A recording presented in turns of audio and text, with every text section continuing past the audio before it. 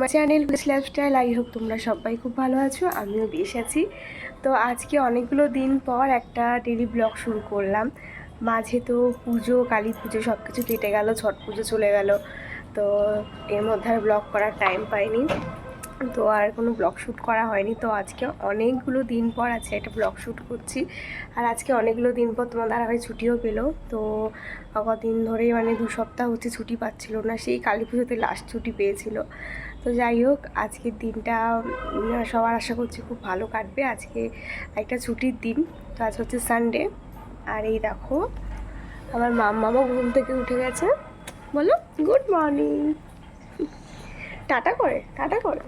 সবাই মাত্র ঘুম থেকে উঠলো, আর আমি এখন সবে কাজবাজ সারলাম। আর আস্তে আস্তে কিন্তু শীতের আমেজটা আসছে, মানে হালকা হালকা শীত পড়ছে। অন্যান্য বছর তো এখনও মানে এই সময় শীত পড়েই যায়, তবে এবছর কেন জানি না খুব লেট হচ্ছে পড়তে, ঠান্ডাই যেন আসতেই চাইছে না। এখনও অবধি পাখা এসি সবই চলছে। এদিকে নভেম্বরের মাসে কতগুলি দিন হয়ে গেল। তো এই দেখো মাম্মাম, এই যে এখন যেহেতু সকালবেলা উঠেছি, ফ্রেশ হয়েছি, মানে এখন সব স্কিনগুলো দেখবে প্রচুর টানছে, ভীষণ রাফ হয়ে যাচ্ছে। তো এই লিপ বামটা নিয়েছি, সেটা দিয়েছি, এটা ওর লাগবে, ওকে দিতে হবে। দেখো সেটা দিয়ে এখন খেলা শুরু করে দিয়েছে। তো আমি এখন অবধি জামা কাপড় মেলিনি। তো চলো আজকে ব্লগটা এখন থেকে শুরু করলাম। আশা করছি তোমরা সবার খুব ভালো লাগবে। তো ব্লগটার সাথে থাকো, আর দেখা যাক তোমার সাথে আজকে সারাদিনে কী কী শেয়ার করা যায়। তো চলো ব্লগটার সাথে থাকো। নিচে যাওয়ার আগে প্রথমেই চলে আসলাম মামামের কাঁথা কাপড় যেগুলো কেচে রেখেছিলাম সেগুলো মেলার জন্য। যেহেতু মাম্মাম উঠে গেছিলো তার জন্য সেগুলো আর মেলা হয়নি, তাই এখন চলে আসলাম ব্যালকনিতে প্রথমে এই কাজটা সারার জন্য। তারপর কিন্তু চলে যাব নিচে গিয়ে মাম্মামকে ব্রেকফাস্ট করাতে হবে। তারপর দেখা যাক বাকি তোমাদের সাথে আর কী শেয়ার করা যায়। আজ যেহেতু ছুটির দিন, আজ ছুটির দিনে তো অনেক কাজবাজই থাকে। তারপর নিচে এসে কিন্তু মামামকে ব্রেকফাস্ট করানোর পর আমি চলে এসেছিলাম রান্নাঘরে এসে কিন্তু রান্নার জোগাড় করতে বসে পড়েছিলাম। আর যেহেতু মায়ের কদিন ধরে পাটা খুব ব্যথা, তাই কিন্তু এখন আমি সব কিছু কাটাকুটি গুছিয়ে দিচ্ছি। যেহেতু আজকে তোমার দাদাভাইয়ের ছুটি আছে, তার জন্য এই কাটাকুটিগুলো একটু করে দিতে পারছি, নাহলে অন্যান্য দিন তো মাকে এইগুলো হেল্প করে দিতে পারি না, মামামকে পুরোটাই আমাকে দেখতে হয়। তো যাই হোক, আজকে যখন টাইম পেয়েছি তাই আজকে কিন্তু যা রান্না হবে সেগুলো কেটে কুটে গুছিয়ে দিচ্ছি। তো তোমার দাদাভাই বাজার থেকে নিয়ে এসেছিলো মাটন, তো মাটন হবে। এদিকে একটা সবজি দিয়ে চচ্চড়ি টাইপের হবে, যেটা করব আমি। আর এখানে দেখো মাম্মামের চিকেন স্টুটা করবো, আর যেহেতু সানডে, তো দেখো যেটাই এখন বসিয়ে দেবো আর কি। চিকেন স্টু করতে কী কী লাগে তোমরা তো জানোই সবাই, আর এই রেসিপিটা আমার ব্লগে অলরেডি অনেকবারই দেওয়া আছে। তো দেখো প্রথমেই কুকারের মধ্যে দিয়ে দিয়েছিলাম 1 টিস্পুন মতন বাটার, তারপর দিয়ে দিলাম কিছুটা পরিমাণে পেঁয়াজ, একটু আদা আর একটু রসুন গ্রেট করে দিয়ে দেবো সামান্য পরিমাণেই। আর তারপর যে ভেজিটেবলগুলো কেটে রেখেছিলাম সেগুলো এর মধ্যে অ্যাড করে দিলাম। তারপর তো চিকেনটাও দিয়েছিলাম, যেভাবে আর কি চিকেন স্টু বানাই সবাই আর কি। তারপর দেখো চলে আসলাম এখন ব্রেকফাস্ট করতে, সব কিছু কেটে কুটে গুছিয়ে দিয়ে এসেছি মাকে। মা এবার রান্নাটা বসাচ্ছে, এই পাখে আমি চলে আসলাম ব্রেকফাস্ট করতে, কারণ অনেকটাই বেলা হয়ে গেছে, এখন প্রায় 11:30 মতন বাজছে। ব্রেকফাস্টটা করে কিন্তু ওদিকে মাম্মামকে স্নান করাতে হবে, তারপর ওর লাঞ্চটাও করাতে হবে। আর আজকে আমার ব্রেকফাস্টে ছিল হচ্ছে লুচি আর ছোলার ডাল। তো সবার ব্রেকফাস্ট কিন্তু হয়ে গেছিলো, তারপর আমি আসলাম ব্রেকফাস্ট করতে। আর এদিকে দেখো বাড়িতে বানিয়েছিলাম ঠেকুয়া, যেটা তোমরা আমার মিনি ব্লগে দেখেইছো আশা করি। তো সেই ঠেকুয়াটা দেখো তোমার দাদাভাইকে আর তোমার দাদাভাইয়ের যে ফ্রেন্ডটা এসেছিলো তাকে দিয়ে দিলাম। তারপর অনেকটা টাইম পেরিয়ে গেছে, তারপর কিন্তু মামামকে স্নান করিয়ে খাইয়ে দাইয়ে ঘুম পাড়িয়ে দিয়েছিলাম। তারপর আমি ফাইনালি স্নান সেরে চলে আসলাম।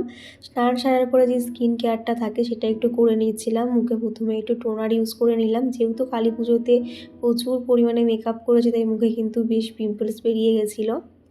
তার জন্য একটু টোনার অ্যাপ্লাই করে নিলাম যাতে স্কিনটা একটু ভালো থাকে। তারপর কিন্তু যেই ময়শ্চারাইজারটা আমি ইউজ করে থাকি তো সেটাই ইউজ করছি। ঠান্ডা না পড়লেও কিন্তু আমাদের স্কিনটা ভীষণভাবে রাফ হয়ে যাচ্ছে। ঠান্ডা পড়ার আগে কিন্তু স্কিনটা সবারই রাফ হয়ে থাকে। এটা কি শুধু আমার সাথেই হয় নাকি তোমাদের সবার সাথে হয় তোমরা কিন্তু অবশ্যই জানিও। তারপরে যেহেতু আজকে একটু শ্যাম্পু করেছিলাম তাই দেখো আমি যে হেয়ার সিরামটা ইউজ করি সেটাও একটু আমার হেয়ারে অ্যাপ্লাই করে নিচ্ছি।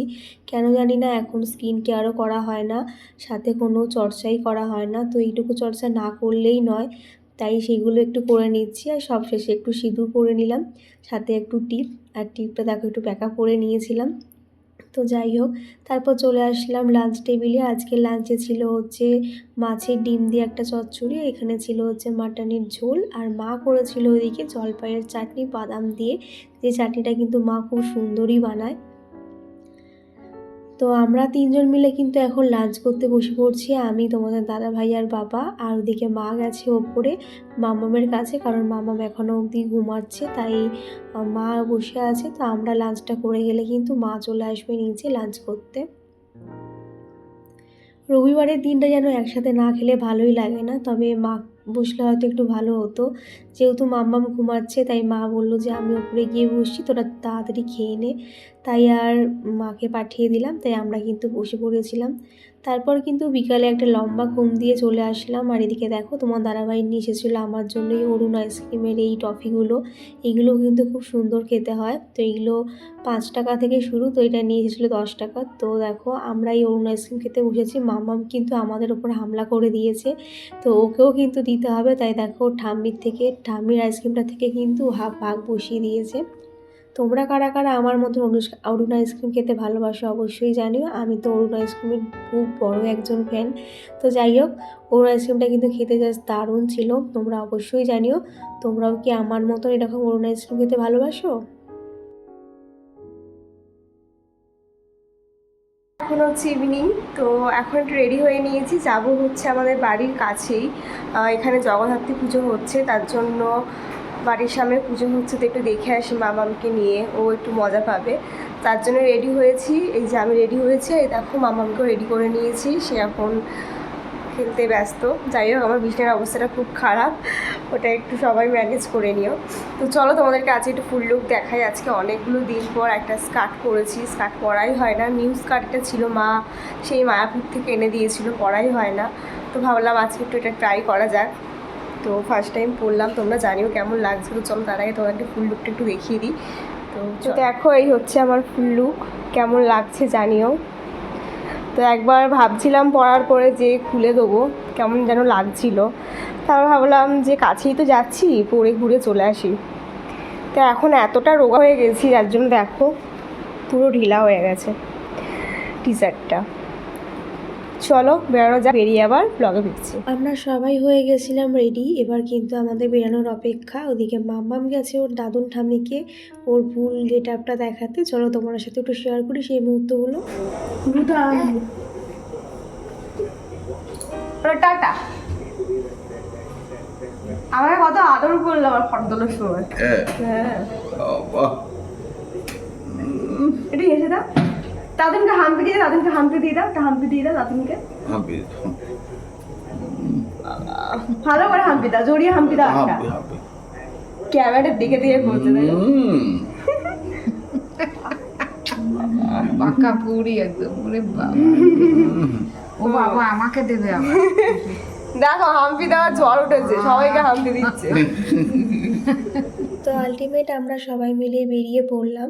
যেহেতু বাড়ির কাছেই একটাই পুজো হয়, তাই এটাকে আর মিস করতে চাইলাম না। আমার বাপের বাড়ির ওখানে কিন্তু জগদ্ধাত্রী পুজো খুবই ফেমাস। চন্দননগর জগদ্ধাত্রী পুজোর নাম তো আশা করি তোমরা সবাই শুনেছো। সাথে কিন্তু ইশরাতেও খুব ভালো পুজো হয়।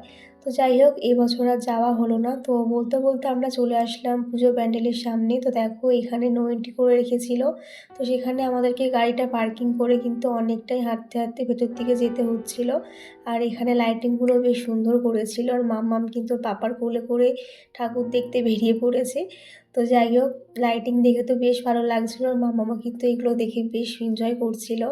তো বাড়ি বসে আর কী করব, তাই আজকের ছুটির দিনটা মিস করতে চাইলাম না, তাই কিন্তু একেবারে বেরিয়ে পড়লাম।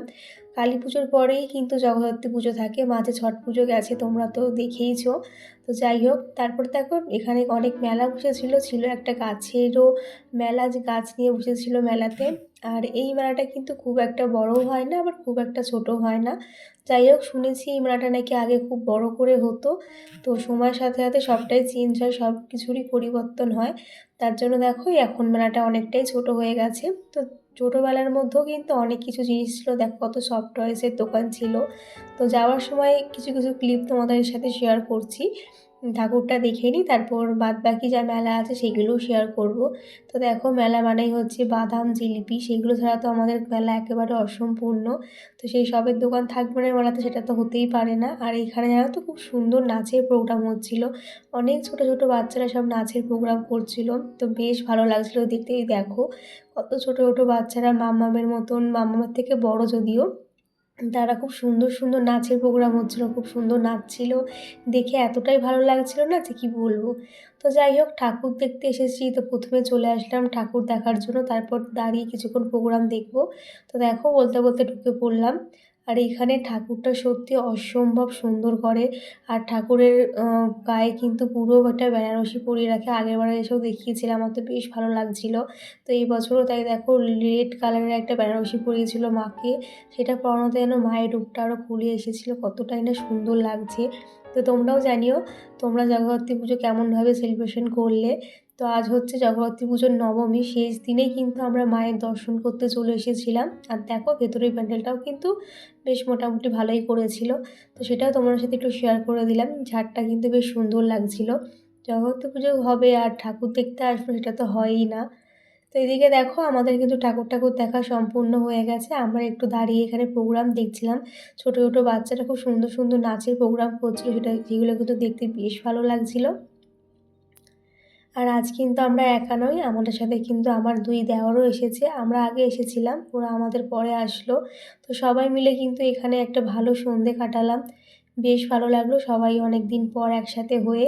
তারপর কিন্তু আমরা একটু মেলা ভ্রমণের জন্য বেরিয়ে পড়লাম, কারণ সেখানে আর প্রোগ্রাম দেখতে ভালো লাগছিল না।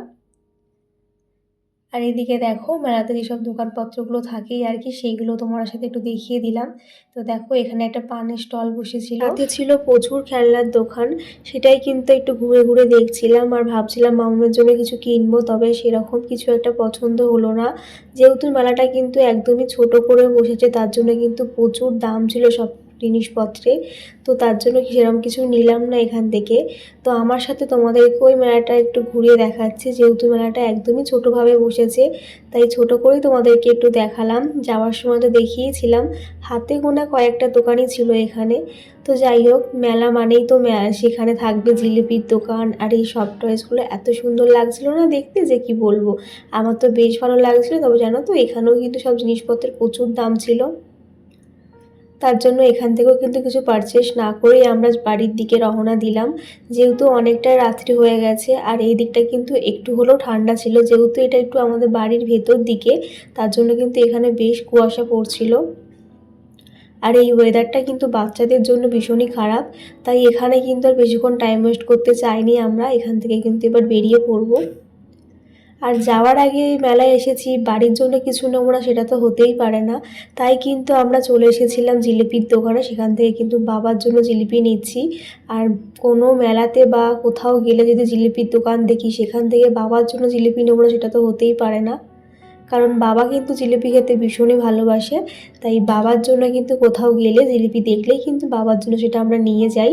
তো এখানেও সেরকমটা অনথা হলো না, এখানে জিলিপি ভাজছিল গরম গরম, সেটা দেখে আর লোভ সামলাতে পারলাম না, তাই কিন্তু এখান থেকে বাবার জন্য নিয়ে নিলাম জিলিপি গরম গরম। আর আমরা কিন্তু মেলা থেকে কিছু খাইনি, কারণ এখানে কোনো জিনিসই আমাদের ঠিক পছন্দ হচ্ছিল না, তাই কিন্তু আমরা এখান থেকে বেরিয়ে বাইরে থেকে ফুচকা খাবো বলে প্ল্যান করলাম। তো প্রথমে এখান থেকে জিলিপি নিয়ে নিচ্ছিলাম, আর মাম্মাম কিন্তু সেটা দেখেও বায়না ধরেছে ওকেও একটা দিতে হবে। যেহেতু বাইরে ছিলাম তাই এখান থেকে ওকে কিছু দিলাম না, ঘরে গিয়ে কিন্তু বাবার থেকে অনেক জিলিপি খেয়েছে। তো যাই হোক দেখো এখানে জিলিপি, বাদাম আর যে আঙুলে গজাগুলো হয় সেগুলো ছিল, কিন্তু সাথে ছিল হচ্ছে ঝুরি ভাজা না মিহিদানা কী বলে, বেশ আমার এক্স্যাক্টলি মনে পড়ছে না, যদিও ভিডিওটা শেয়ার করতে তোমার সাথে অনেকগুলো দিন দেরি হয়ে গেল, তো সবাই একটু ম্যানেজ করে নিও। তারপর কিন্তু আমাদের জিলিপি কেনা শেষ হয়ে গেছে, এবার কিন্তু আমরা বাড়ির দিকে রওনা দিচ্ছি। যেহেতু এখানে একটু একটু ঠান্ডা লাগছে, তাই কিন্তু মাম্মামকে রাখার আর সাহস পেলাম না, তাই দেখো আমরা সবাই মিলে রওনা দিয়ে দিচ্ছি। আর ওই যে বললাম যাওয়ার পথে খেয়ে যাব হচ্ছে ফুচকা, আমাদের দোগাছিয়া মোড়ে কিন্তু ফুচকাটা খুব সুন্দর বানায়, তাই ঠিক করলাম সেখান থেকেই ফুচকাটা খেয়ে বাড়ি যাব, তাই আর মেলা থেকে কিন্তু কিছু খেলাম না। তো দেখো বলতে বলতে চলে এসেছিলাম ফুচকার দোকানে, তো চলো এখান থেকে এখন ফুচকাটা খেয়ে বাড়ির দিকে রওনা দিই। দেখো বন্ধুরা, ফাইনালি চলে এসেছিলাম বাড়িতে। মাঝে আর কোনো ব্লগ শ্যুট করা হয়নি, একেবারে রাতে ডিনারটা কমপ্লিট করে চলে আসলাম। আর আজকে ডিনারটা একটু তাড়াতাড়ি করে ফেলেছি, কারণ তোমার দাদাভাই কালকে সকালে আবার ডিউটি বেরোবে তো। আর কি বলবো, ফুচকা খেয়ে এসেছিলাম তো পেটটা পুরো ভরে গেছিলো, যার জন্য ভাতও বেশি খেতে পারলাম না। তো যাই হোক, চলো আজকের ব্লগটা আমি এখানে শেষ করলাম। কেমন লাগলো অবশ্যই জানিও, ভালো লাগলে অবশ্যই লাইক কমেন্ট করে দিও, আর চ্যানেলটা অবশ্যই সাবস্ক্রাইব করে দিও। তোমাদের কয়েকটা লাইক কমেন্ট কিন্তু আমাকে আরও এগিয়ে নিয়ে যেতে সাহায্য করবে। তো সবাই সবার পাশে থেকো। তো যাই হোক, চলো আজকের মতন টাটা, দেখা হচ্ছে নেক্সট ব্লগে। বাই, গুড নাইট সবাইকে।